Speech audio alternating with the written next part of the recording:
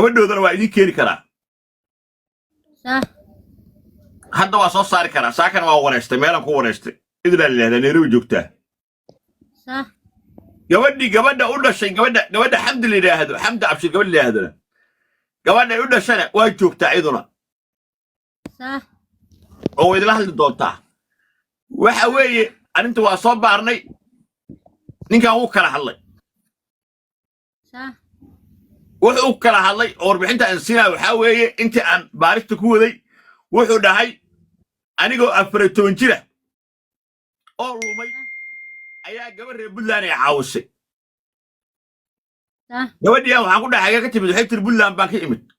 marka uu ninka xasan faray ahay 14 jir Puntland ma jirin Puntland 98 yaa la aasaasay صح waa kow صح laba oo badal halku wuxuu dhahay weladkii lacagta iigu jirtay ayaa iga lumay ana 14 jira qof Soomaali joogtay iyo qof Kenya joogtay walad ma lahayn lacagta ku ridato ayadoo 14 jira isagoo 14 jir Mareykanka ma tigin 2007 tii Mareykanka صح markii uu deganaa Nairobi gabar buu guursaday hal gabar bay u dhashay way kala tageen cidaan wuxuu la deganaa dabaqa 2000 ee Forest Street ku yaala uu la deganaa صح صح taarka cali samatar iyo taarka xiin cali farin ayuu boostolo ka ahaa صح cidaan waxay ula bixeen abshir waa ku abshiraysanay abshir macna abshir ay ula bixeen صح qof kasta oo la joogtay xiriyaha qaxootiga iyo qof kasta oo la joogtay ma taqaanaa Nairobi abshir buu yaqiineen صح ninkan inta markaan ka soo tago line baa loo gaday صح line-ka waxaa loogu gaday magaca Cabdiqaadir Maxamed Jaamac صح qabiilka lagu dhoofiyeyna ee isku dhiibana asharaaf bay ahayd صح markii la dhoofinayo markii la dhoofinayo asharaaf buu isku dhiibay صح waxyaabaha kale ee cadaynta buuxa ahayd ninkan markii uu soo galay Facebooka oo ka soo bilaabay YouTube-ka wuxuu ka shaqeyn jiray dadka kala lumay wuxuu ka sheekeyn jiray qiso maama Soomaali gabadha la yiraahdo uu la saaraa jiray gabadha la yiraahdo ayaan xasan qaasan oo gaal jecelka ah uu la saaraa jiray wuxuu ka sheekeyn jiray kaliya dadka kala lumay shalay marka laga reebo faarka lagu qabtay dhageyso faarka lagu qabtay waxa kamid ahay 14 sano jir anoo ah ayaa gabar reer Puntland caawisa Puntland u jeclaa Puntland ma jirin 14 sano markuu jeelka 14 sano jir anoo ah ayaa waalidkii lumay waalid lama isticmaali jirin 14 jir markuu ahaa Mareykanna muu joogin Afrikana waalid jabka la sharci la gashanay lama isticmaali jirin waa laba qodob oo kala hadlay saddex walaashiis la hadlay waxay tiri bamba gacanta uga qaraxday haday gacanta bamba ku qaraxdo codku ay ismaqashinaya haday bamba ku qaraxdo ya oo gacanta bamba ay uga qaraxdo way go'ay maahan hal far go'ay mayso bamba hal far kuma go'do gacanta faraha dhana go'ay fiir sidoo kale hadla waxa la soo loo qarnaa fiir marka codku walaashiisa sida dhageysto marka hore intaas horta arinta kale wuxuu yiri maamada hal ii keeno way halay haddana wuxuu yiri DNA ma ogol ciyaal maan ah haddii uu DNA ogolaynba ila baar maamada maxaa loo keenaa waxbana markaas si baar saddex qof oo iga socotay farxiye kamid tahay inuu balooga aan soo ogaado dadkii kala hadlaayay hore wala xaajood arintiina inuu blog wada geliyo haday beenta farxiye iyo George farxiye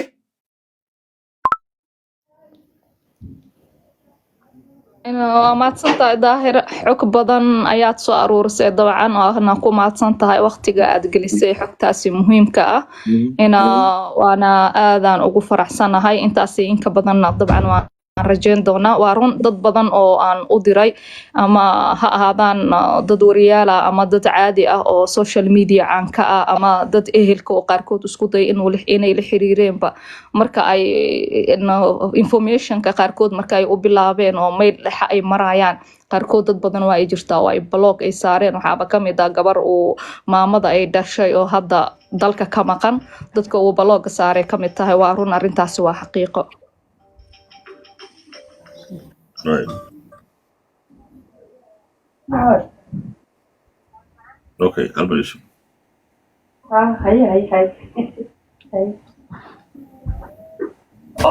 meeqa jiro waxaa 2007 idinay meeqa jiro waxaa asaga horta markuu sheego gabadha yiriista uu dhalay annaga haysanay heerka way soo tuureen annaga korsan hadda Mareykan ay noo joogtaa oga asagana wuxuu ahay dadka balwada leen oo walaalkii jimu warar badan oo siraha bixinin daan cali soo rekorgays walaalkii jimu dheeli jir jimu heer jimu ahay Boston waa ahay maya xeeb qaataaro mar u shaqeynay oo meesha masuul looga dhigay kadibna wuu ka soo tagay waxbarasho if altar taarku waxa uu ka shaqeynayay dadka oo boostada geegeeyo yiraahdo ina taarka lagu fadhiya soo baxo waxa boostol ka soo dhaha may fahmin okay qiyaas marka da'diisa 2007 marka dhoofaysiin da'diisa qiyaas walaalkay taariikhdooda shanaaba ku aqaan maxaa isku yeelyeelaade ay sheeg walaalkay wuxuu dhashay 8 iyo wuxuu dhashay iyo maxay iyo 7 sideetan iyo toban soo ku dhalan kara wuxuu ku yiri ba anigoo 14 jir ahaan beentis 7 iyo dhashay soo ku dhalan kara FMC qodobkaasna waa been 2007 jiin ma jirin soo Nairobi jiin ba kama jirin ba jiin ba lama sameeynin ba ha hadalka moogta annaga bullaana 14 sano jiray awalada iga lumay basan bas ku bedelnay waalidkii iga lumay bullaana jirta anoo 14 jira 2007 muu jiray muxuu jiray okay sagaashan iyo 3 muu jiray 14 sano bullaana sagaashan 3 ma jirto beentis okay waayay wuxuu yiri anigoo 14 jir ayaa gabar ma jeerteen aan lumay iqaaday أنا كل هذا سجاتني صدق يا مشي ناو ما إذا كذي وحقول عنك كان أنا جو أفرت من كذا أي وحور أنت اللومي أجار ربول لا هو بجتر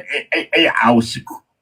دايرب بنتي سو ميديو سجبت سنة بنتي سواي نجسو أوكي وحور أكل نجسو أنا جو أفرت من كذا وحاجة لهم ولد أو لك استبانجي جمالك يلا حاجة أنتوا جو مكاس أفريقيا ما استغفر الله حور أفرت جارو مريكون مركو وحوي ninkan sheekadiisa oo dhan waxay u soo dhamaatay been marka maanta interview kala rabaa inaan la yeesho